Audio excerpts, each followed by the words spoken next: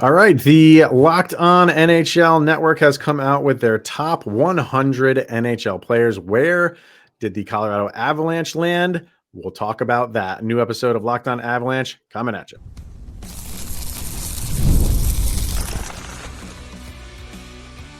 You're Locked On Avalanche, your daily podcast on the Colorado Avalanche. Part of the Locked On Podcast Network. Your team every day. All right, everybody. Welcome to another episode of Locked On Avalanche, part of the Locked On Podcast Network, your team every day. I'm your host, Chris Maselli. With me, as always, Mr. Zach Pearson. Thank you for tuning in, making this your first listen of the day. Always appreciate it. If you want to get in on the conversation, join our subtext. Link is in the show notes below. Chat with Zach and I one-on-one.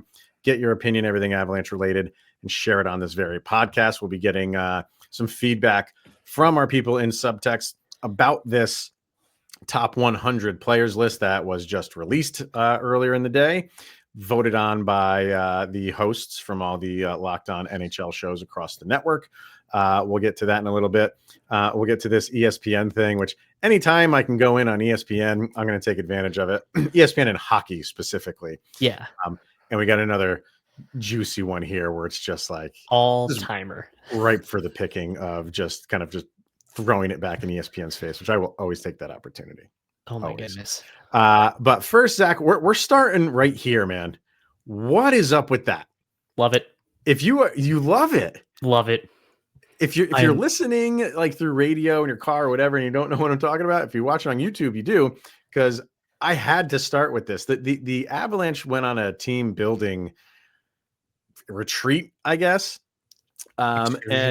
And where they went was to LA to watch the LA Rams play in the Thursday night game. But not only that, they all got LA Rams jerseys with their number and their name on the back. And I get this is a Kroenke thing for those that are not aware. The Kroenkes own the Colorado Avalanche and the Rams, among many other teams. So I get that connection. But you're a Colorado team here, fellas. Like, this is a slap in the face to the Broncos, is it not? Nah. What is up? Nah. This is an opportunity to go do something cool and get yourself on the field. They don't have this in Denver. I mean, and the Avs get honored in Denver, right? Like, you see a couple of players here and there sometimes get even on the field and do all this stuff. You don't get a lot of opportunities to have basically your whole roster, your whole team on the field, like getting this experience and hanging out together. The fact, obviously because the Kroenkes own it, this is an opportunity that they have. Right. I have zero issues with this. I think this is fantastic. I think it's so cool to be able to go get that like on the field firsthand experience in a different sport. No. I think this is great. I love it. Would I love it more if it was Broncos? 100%. Why couldn't they do it at Broncos? Why couldn't they do it I just don't think they have the same in. I don't think the Broncos they got to. I don't. Well, I mean, really, they have. I mean, they represent the same city. They have to. If they went to them and be like, "Hey, can we do this?" In Power Field, they'd be like, "Sure." I can't imagine they would turn them away. I get it that going away to another, a location that's outside of the state, like that's fine, and like that's cool. Go do something like that. Yeah, but just that it's a sports team from another state, and you're representing them is just. I hate this. I hate this with everything that is made up in my body. I hate it. This is one of the first times I think that we've legitimately disagreed on something. I think this is awesome. I absolutely love every second of this. And again, because there's a very good possibility that after the Vegas game, the Kroenkes just went, "Hey, y'all want to go to the Rams game on Thursday night?" And the team was like, "Sure, why not?" And they're like, "Okay, cool. I'll get you on the field. You get a suite, you get jerseys, because we own the team. So literally all of it is just taken care of." Like, I'll say the only thing that is kind of cool about this is, where were the Los Angeles Rams before they were the Los Angeles Rams? Well, that would be St. Louis. In St. Louis. So, and everybody in St. Louis cannot stand the Kroenkes for many reasons. That's one of them. That's the only thing I'll take from this as a twist of the knife to. What if that's intentional? Like, that was maybe an afterthought, but a piece of the intentionality there. I hope Jordan Binnington is throwing water bottles right now. I don't know. when I saw that, it didn't compute. I'm like, am I in the Matrix right now? This is just weird. So I loved um, everything about it. So had great. had to start with that just because it was funny. So Yep. That's all right. excellent. Yeah. Let's dive into this Locked On NHL Network top 100 players. If you followed on socials, you know where the Avalanche land in this. 4 guys from the Avs made the top 100 list. We did an episode weeks ago about how many could potentially make it, and that's what we got. So we'll kind of, if you're watching on YouTube, we're gonna start at number 1. We're not gonna do the 100 down to 1 because most of these, like we've said before, so many of these are just anticlimactic with Yeah. who's at number 1, even at number 2 and number 3 and number 4. It's almost like the real ranking begins at like 5, you could say. Yeah. And here we go. So here's your 1 through 10. Yes, Connor McDavid made number 1. Nathan MacKinnon is number 2. Draisaitl is number 3, with Makar at number 4.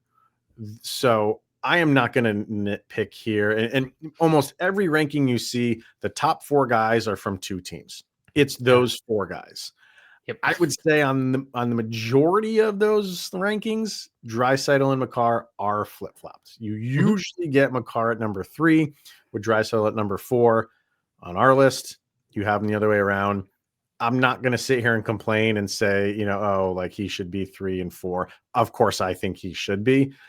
That's still pretty darn good to have, 2 of the best players in the league in the top 4. Be nice if you could say they're in the top 3, but the Oilers can say that anyway for our top 100 list. So are you okay with that, or is that bothering you? Based on the last couple of years, I'm 100% okay with that because I do think that probably Cale Makar is better than Leon Draisaitl, but Draisaitl has been to back-to-back Stanley Cup finals. And honestly, even with the team around him and playing with McDavid, right? I think that earns you some points there that Makar doesn't have at the moment because he hasn't been to a cup final in 3 years. Yeah. And neither has MacKinnon. So I really have no problem with this at all. I agree. Would I myself personally have flipped those 2 and gone McDavid, MacKinnon, Makar, Draisaitl? Yes, 100%. But I have no actual issue with this. I think Draisaitl is a phenomenal player and deserves his spot in the top 3. And yeah, and we'll get to some subtext people, but obviously there's some Avalanche fans still not happy that Connor McDavid just seems to be immediately slotted in at number 1. Full transparency, I voted Nathan MacKinnon at number 1. I'm not going to lie about that and deny it because I do. I think he is the best player in the league. I'm not one of those guys that's like, and it's not particularly close. Yes, it is. It is very close. But I'm still going to put Nathan MacKinnon at number 1. I just feel like, hey, he's got that cup. So, and if he's still playing at a high level and you have that cup, you're number 1 in my book. But I don't have a problem with Connor McDavid being at number 1. I don't have a problem with that. And for you, when you said, Draisaitl has been to 2 cups and that's why you have him at number 3, just transfer that over to Connor McDavid. It's the same reason why you can put him at number 1. And I know people are probably yelling, well, he didn't win it. I get that. But, going to the Stanley Cup final is also a big deal. Going to 2 in a row is also a big deal. And he's still all world. Like, I don't have a problem with this. I really don't. I don't. So, no, I think this is a perfectly good top 4, top 10 even. I have no real issues with this, except, if we're basing it on salary, I might throw Kirill a little higher now. Well, Kirill's at number 8. He's in the top 10. So, if Kaprizov was like in the low teens or something like that, and he just signed that contract, we'd be thinking like, what's going on here? But no, 17. He is a top 10. He is a top 10 player. And to finish off the top 10, you got Kucherov at 5, Austin Matthews at 6, Hellebuck at 7. There's Kaprizov at 8, Barkov at 9, and then Quinn Hughes rounds out the top 10. It's a solid top 10. Yeah, not bad. Might put Hellebuck over Matthews, but again, that's kind of just nitpicky and not a huge deal. And I can easily see sticking with the order that they're in. Yeah, I have no problem. I saw a couple comments that thinking Austin Matthews was too high. maybe by a couple spots, but I don't have a problem with him being in the top 10 at all. No, not at all. We move over to 11 through 20. You got David Pastrnak at 11. For future Avalanche, Sidney Crosby at number 12. Mikko Rantanen at 13. Eichel at 14. Mitch Marner at 15. Matthew Tkachuk at 16. Miro Heiskanen at 17. Shesterkin at 18. Jack Hughes at 19. And Rasmus Dahlin at 20. I really appreciate that you have future Avalanche Sidney Crosby at 12 and former Avalanche Mikko Rantanen at 13. Back to back. Yep. And the future Avs player is ahead of the former Avs player, and that is how that should be. No, and again, I think this is another section where things seem to be lined up pretty solidly. Nobody on this section here, I think, deserves to be above or below the 11 through 20 spots. This is all very, very good spots there. I like Shesterkin. I like, actually, I don't want to like him, but Heiskanen's a really good player. Yeah, he's good. Yep. And Matthew Tkachuk has been in my fantasy dynasty league for many years and gotten me many points. Never a championship, but many points. So, he deserves that spot. And outside of that Colorado Avalanche world, Jack Hughes is one of my favorite players. Yeah. And I will even say I think he's maybe a few spots too high here. I don't know. I can't remember where I put him in the rankings, but did I have him in the top 20? I don't think so. I had him in the 20s for sure. Okay. But I think he maybe is a couple slots too high for me right now. But he's absolutely one of my favorite players. I love watching that guy play. He's awesome. Love watching him. Yep. Love watching him play. So, all right. Why don't we get our first break in here right now? When we come back, we'll continue our rundown. We'll get to more Avalanche players. We have 2 that we already saw. There's still 2 to go, and they're a little bit down the line a little bit, but we'll get to that after our first break. Let's hear from FanDuel. The NFL season is here, and FanDuel has an offer you don't want to miss, because right now new customers can bet just $5 and get $300 in bonus bets if you win. That's right. You pick a bet, put down $5. If it hits, you unlock $300 in bonus bets to use across the app. So what are you waiting for? Why don't you go, hey, go bet against the Los Angeles Rams. Why not do that? By the time you're listening to this, what's the score of that game? I think they're losing right now, 17-7, and I couldn't be happier. Nope, I couldn't be happier about that. Go place it on the Rams to come back and win this game in dramatic fashion. Nathan McKinnon on the sidelines gives them the boost. Although Christian McCaffrey plays for the 49ers, and I do like that. So, honestly, I don't care about that game at all. Whatever. Yeah, that's fair. So visit FanDuel.com to download the FanDuel app today and get started with that $5 bet.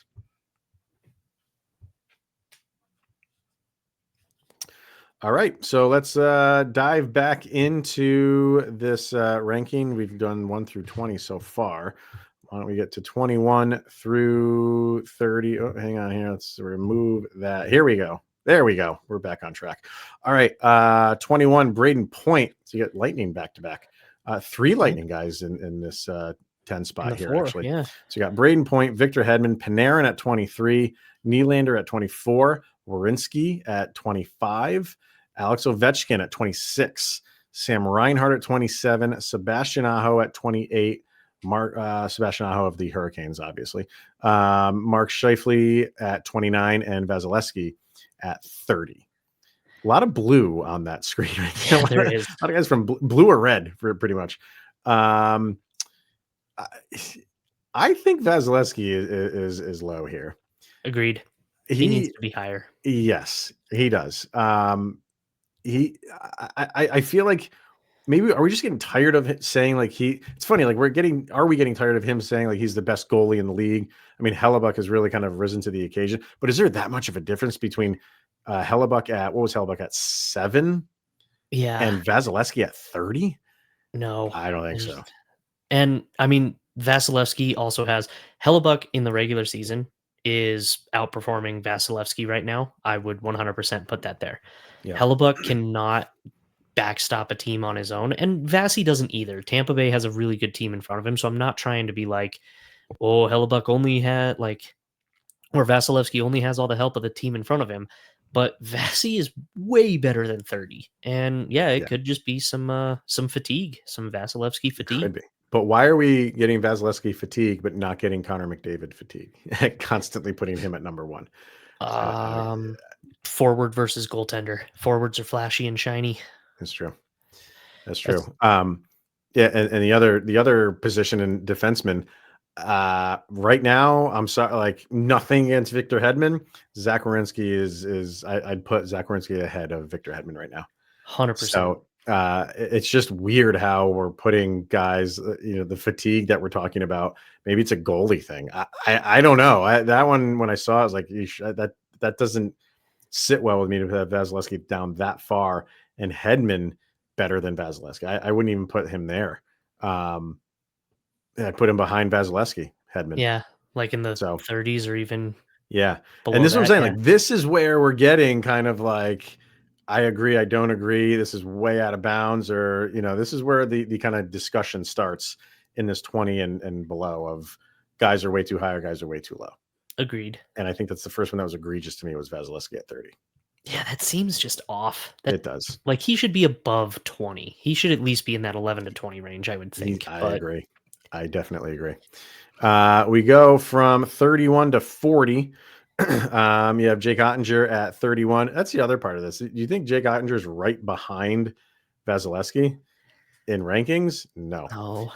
Roman Josi at 32, Sorokin at 33, Tage Thompson at 34, Jake Gunsel at 35, Tim Stützle at 36, Brady Tkachuk at 37, Charlie McAvoy at 38, Adam Fox at 39, and Nico Hischier at 40. That's so. I'd drop Otter a little bit. Otter's really good too. Like, he's good. He's a great goalie. I'm not trying to say anything bad against Otter at all, but either Vasi's got to move up or Otter's got to move down. But I don't think they're that close to each other in that spot. And I think Sorokin gets hurt because he's just playing on an average team right now. Yeah. He's a fantastic goalie. He really is. So I think, and I really like Tage Thompson, but I think he's a little bit high for me on this list. I am not crazy high, but a little bit high. Maybe a couple spots. And he was injured and stuff like that. So I think for me, that would ding him a little bit. But not like egregious. And same thing with Charlie McAvoy. I think Charlie McAvoy is too low at 38. I'd put him up a little bit higher too. I'd move Adam Fox maybe up a couple of spots as well, especially if we're going to drop like a Tage Thompson down. Yeah. I really like Adam Fox's game. I think he does a great job. So I could see him moving up a little above 39. Yeah. So we move on to 41 through 50. Jesper Bratt is at 41. Kyle Connor at 42. Josh Morrissey at 43. I'll be coming back to them. Sam Bennett at 44. Evan Bouchard at 45. Brandon Hagel at 46. Sergei Bobrovsky at 47. Robert Thomas. I'll be coming back to Sergei. Okay. Robert Thomas, 48. Shea Theodore at 49. Lucas Raymond at 50. Kyle Connor and Josh Morrissey are too low here. Way too low. Kyle Connor is probably like the closest thing to when we were a few years ago when we were all saying Mikko Rantanen was the most underrated player in the league. I think that's gone away now. People really, he was 13 on our list. Kyle Connor has, in my opinion, is maybe the most underrated player in the league. Does not get enough credit for how good he is. I think maybe playing for Winnipeg hurts that a little bit. But he's a great player. He is not the 42nd best player in the league. He is well above that. Same thing for Josh Morrissey. Josh Morrissey is a phenomenal defender. Yeah. Kyle Connor especially, I think, should move up a bit. Morrissey, I think I could see the argument there for sure. But I agree. Kyle Connor does seem to have an extremely underrated game. Mm-hmm. And I said I'd come back to Bobrovsky. Yep. I don't think in the regular season he necessarily needs to move up too much, but if there's one dude that turns it on when it matters the most, it is Bob, and that dude goes nuts in the playoffs. And I think that should hold a lot of weight and move somebody up at least a few spots because I really like his game. Yeah, I agree. But I wouldn't move him up a ton, but I think he's okay in that ranking for me anyway. But you're right. I mean, playoffs are a different animal for him.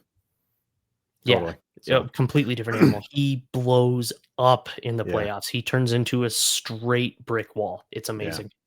One in this 10 right here, I think one guy that you could see kind of continually move up if the team can start playing better is Lucas Raymond. Yeah. So if the Red Wings can get things going, he's one of those guys that can turn some heads. So I really like him.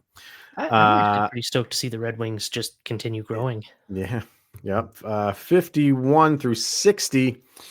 We have Jacob Slavin at 51, Matt Boldy at 52, Jake Sanderson at 53, Jason Robertson at 54, Clayton Keller at 55, Devon Taves at 56, Elias Pettersson, at 57, JT Miller 58, Nick Suzuki at 59, and Philip Forsberg at 60.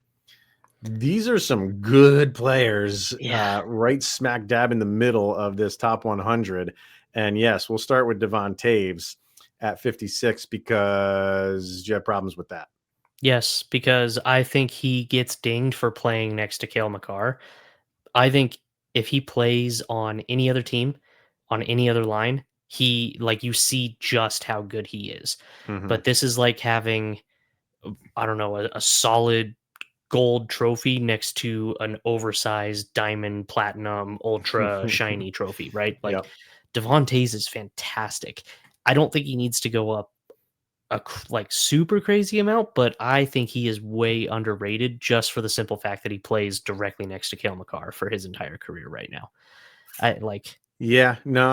think in some way people think he's benefiting from that, and he is. I'm not trying to say he's not, but that doesn't mean he's not a great player. I think I was expecting to see him higher on this list for sure. So 56 was maybe a little bit of a surprise for me. Maybe one of the most egregious ones. Well, there is another one specific to the Avalanche, but here, Nick Suzuki at 59. He should be higher. Is like, what? Yeah. That dude is maybe a top 30, top 25 player in the league. So I don't know what our hosts were doing the day that they were voting, but Suzuki at 59 just does not make sense to me at all. No, not even remotely. Yeah. I think he needs to move up a pretty significant amount, especially to like, I think he falls into that underrated though. I don't think of him until I'm watching him play specifically. And then I'm just like, wow, that is a really good player. He's great. And it's weird because he plays on one of the most notable teams in the league's history, but not a lot of people really understand how good he really is. No, his game's not appreciated. And I'm guilty of that 100%. Like if I was filling it out, I probably would not get to him until a specific point. And then I'd be like, oh, I got to put him over a lot of people that I've already slotted into place. Yep. So, all right, let's get our last break in here. We're more than halfway through. One more Avalanche player to go. And then we'll get some subtext thoughts in as well. And we will do all of that after this. All right, so let's continue on getting through the Locked On NHL Network's top 100 players. We are at, no, I had to get rid of this. There we go, 61 through 70 right now. Seth Jarvis at 61, Dylan Larkin at 62, Mo Seider at 63.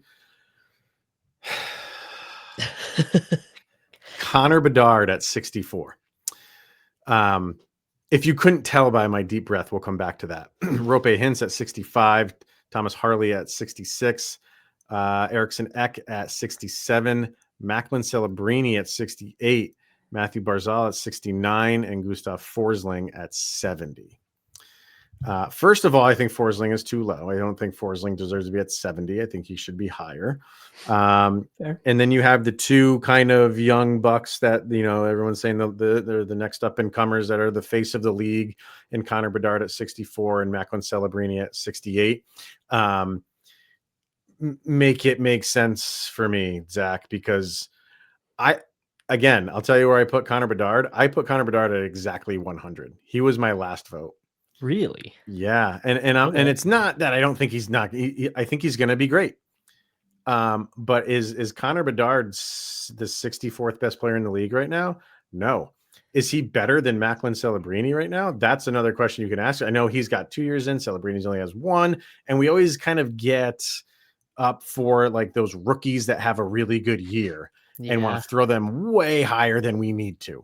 I'm surprised Celebrini's not over Bedard for that reason.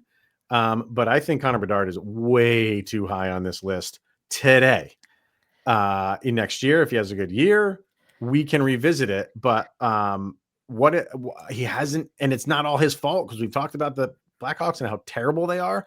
But what has he done to warrant being above some of these players that are below him? One of which we'll get in the next slide.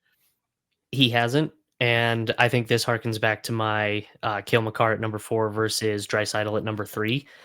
It is not a what have you done in the past 10 years. It's not what have you done in the past 5 years. It's who's the best players going into the league this season. Right. To me, I agree. I don't think Connor Bedard has done nearly enough yet to get himself up this high in the rankings.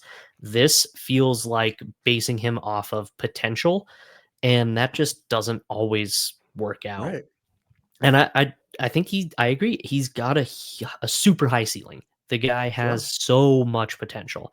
He plays on a bad Blackhawks team, but if you're going to be a top 100 player, even up in the top 65 at number 64, even on a bad team, I feel you've got to be performing better than you have been. And this just feels like the name of somebody that just keeps getting thrown around based on that potential, based on the media focus on him more than what he's done to this point. I do want to iterate exactly what you said. This is not trying to bash the kid or say that he's not good at hockey or any of those things. He's got that potential, but this season going into this season right around the corner. Where does he rank? This is too high. If we're including potential in our rankings, like he'd be in the top 10. Yeah. But we're not doing that. So that one, the Suzuki thing surprised me. The Vasilevsky thing surprised me. The Bedard one, when I was just going through it for the first time, I was like, wow. Okay. Yeah. Partly because when we get to 71 through 80, here's our final Avalanche player. So 71, you have Kirill Marchenko. 72 is UC Saros. 73 is Martin Necas. 74, Travis Konechny. 75, Linus Ullmark. You have 76, Dylan Strome. 77, Adrian Kempe. 78, Vince Dunn. 79, Evgeny Malkin. And 80, Darcy Kemper. Yeah, so Martin Necas at 73. Just go back to the previous slide. I don't think Connor Bedard is better than Martin Necas right now.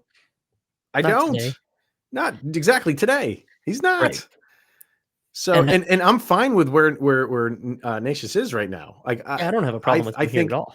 He's one of the guys like next year when we do this, if he has the year I'm expecting him to have, really want to see how many spots he ascends. Really want to see that.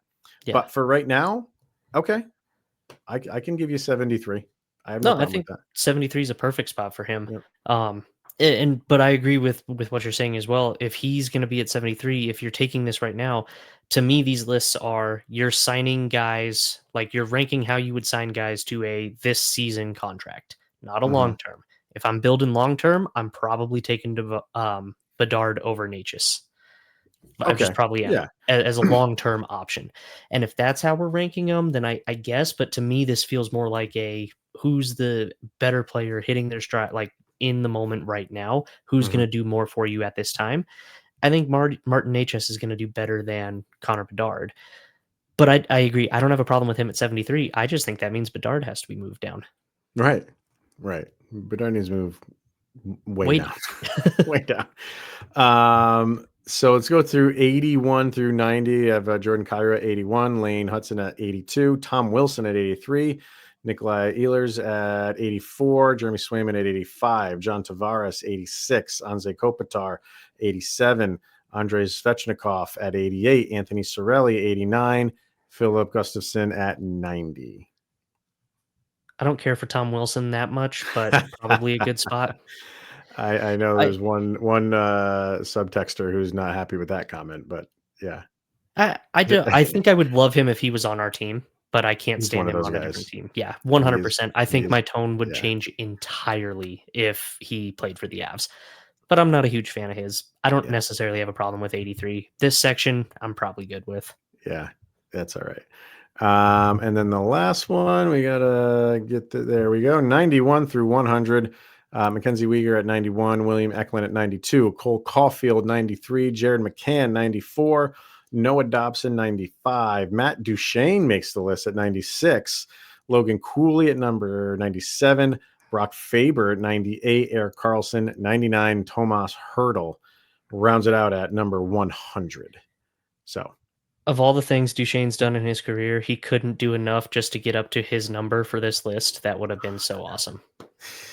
Just kidding. Yeah, I actually have no ill will towards Duchesne anymore. No, I don't either. And I think this is a solid spot. It's cool to see him crack the top 100 because I think he's matured a lot and he's got a pretty solid game at this point, especially if he plays against the Avalanche. If you're ranking players as they play against the Avs, then he shoots up that list pretty far. And, guys outside of Crosby and Ovechkin, guys have been in the league for, 1,000 years that are high up on this list. It's tough to be in the league as long as you have as Matt Duchene and still be in a top 100 player poll. Yeah. So not bad. Not bad absolutely. Him, so. That's awesome. Yeah. Yep. So there it is. So 4 Avalanche make it. Kind of went through who we thought was a little bit too high, too low, but when we did this before, the other ones that we were talking about were obviously Arturi Lehkonen, and we had Blackwood on there, Mackenzie Blackwood, and Val Nichushkin was another one. So 7 potential that were on the voting list, and they get 4. I didn't go through to see who had the most players. I'll do that tomorrow and kind of break it all down by team, but 4 is good. You have 4 players in the top 100. That's a pretty good team. Pretty solid. Yeah. And I think Val, without the injuries, would be in that top 100 without a problem. Injuries and other unavailability issues. Lecky, I think, is just too underappreciated. Yeah. I think he's way better than people realize. And Blackwood, I don't think people understand how solid of a goaltender he is. I think he'll be recognized a heck of a lot more with a good team in front of him. I think that's going to make everything change. You get a good year and, a finalist for the Vezina. I think he's on here next year. So easily. Yep. So comment away in the comments section of who you think was too high, too low, didn't make the list or whatever the case may be. Fire away in the comment section. All right. Well, 2 things I want to get to quickly. The Athletic was doing their season previews.